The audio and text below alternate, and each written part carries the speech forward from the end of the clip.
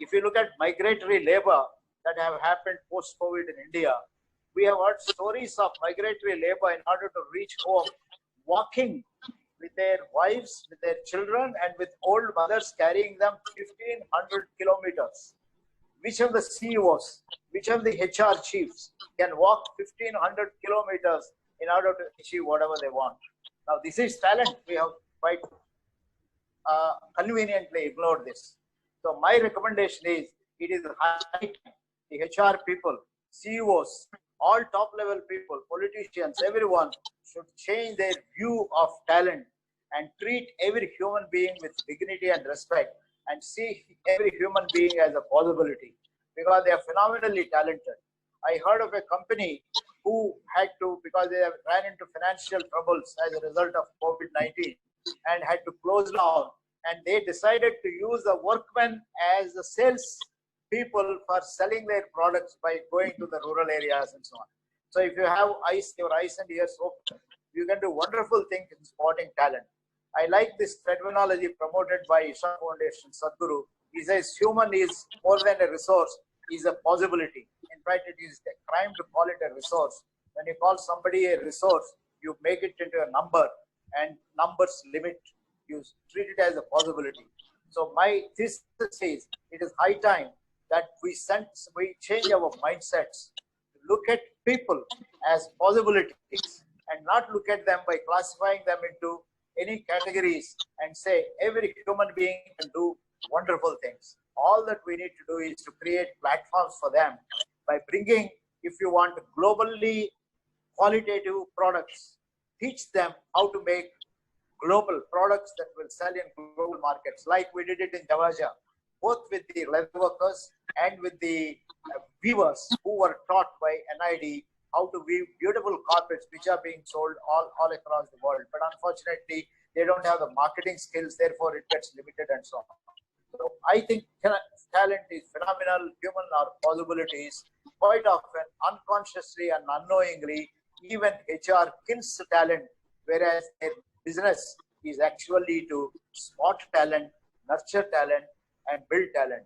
It is high time that people introspect the roles they are performing.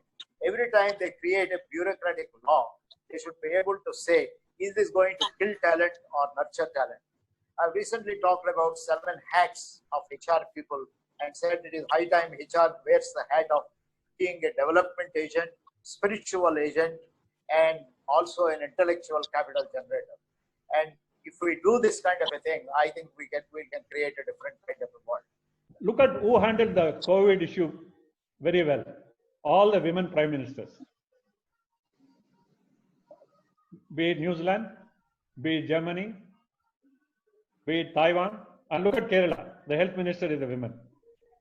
What is that is missing is that compassion connect. And Germany as an outstanding example of quarter of the death compared to France.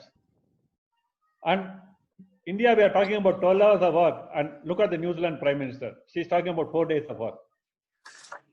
And is it not an opportunity for us to create a 6-hour shift, 4 shifts, create more livelihoods?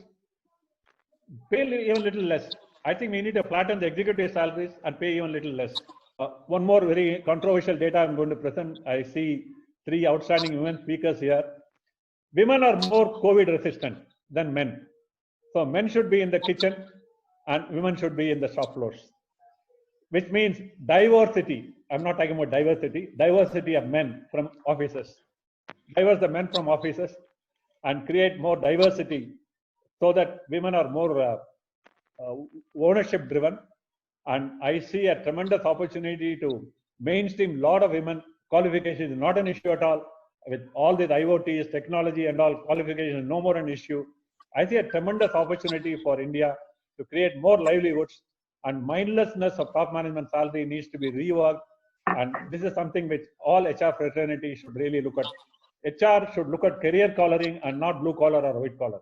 Today, we are not looking at career collaring. We are only looking at more white collar focused HR. And Dr. T.V. Rao beautifully nailed this on our heads. Can we change our consciousness? And I think the spiritual part of HR is more important. I thought Dr. T.V. Rao would speak about it. HR role is more spiritual, and creating more capability and capability. We need to understand that whether we are looking at a talent in US, Europe, Asia, or Middle East, I've worked in all these geographies, all global talent pools are driven by appreciation and growth. That's a human existential need. And I think all the high chances are there that most global organizations, when they look at their high potential global talent, these people are extremely bored by doing repetitive stuff because that doesn't excite them anymore. And in a couple of years, if great opportunities are not offered to these people, they leave. So I think it's very important to understand that if you really want talented, outlying capacity owners, talented people to stay with you, you need to have opportunities created for such people to stay longer.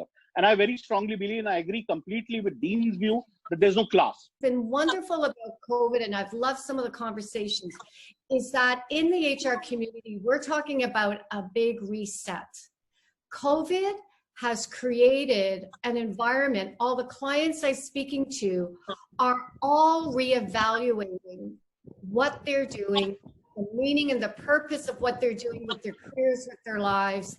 And even my son, who's 23, has said the forced confinement has caused him to have to reassess what he's doing with his career and what he's doing with his free time. It has really turned around his life. So I think that COVID has presented lots of hardships for sure, but it has created an incredible opportunity for people to look at how they're doing work. And of course, there's a big HR shift. We're working with leaders. I'm coaching a lot of leaders on how to lead virtually, the different set of skills. COVID has created a situation where the wonderful leaders have risen to the top, and the leaders who always have struggled are somewhat kind of being exposed now, and there needs to be a fundamental shift. So the big reset. People in to grow and develop your talent base. Now that's a unique skill set because you cannot simply place someone from Detroit and drop them into Gujarat. You can't simply take somebody from Detroit and drop them into Bangkok, Thailand, or Rayong, Thailand, or drop them into Sao Paulo, Brazil. You need an individual that has the cultural sensitivity, the individual that has the bandwidth, the knowledge, the understanding of both the cultural side, the business side, and the personal attributes to be able to bring all of that together, to build a bridge so that you can take the both of both worlds, right? You can take the best of the global and the best of the local and merge them again to a product or a process that can be leveraged across the enterprise at a price that people want. Many organizations are stepping up or stepping down.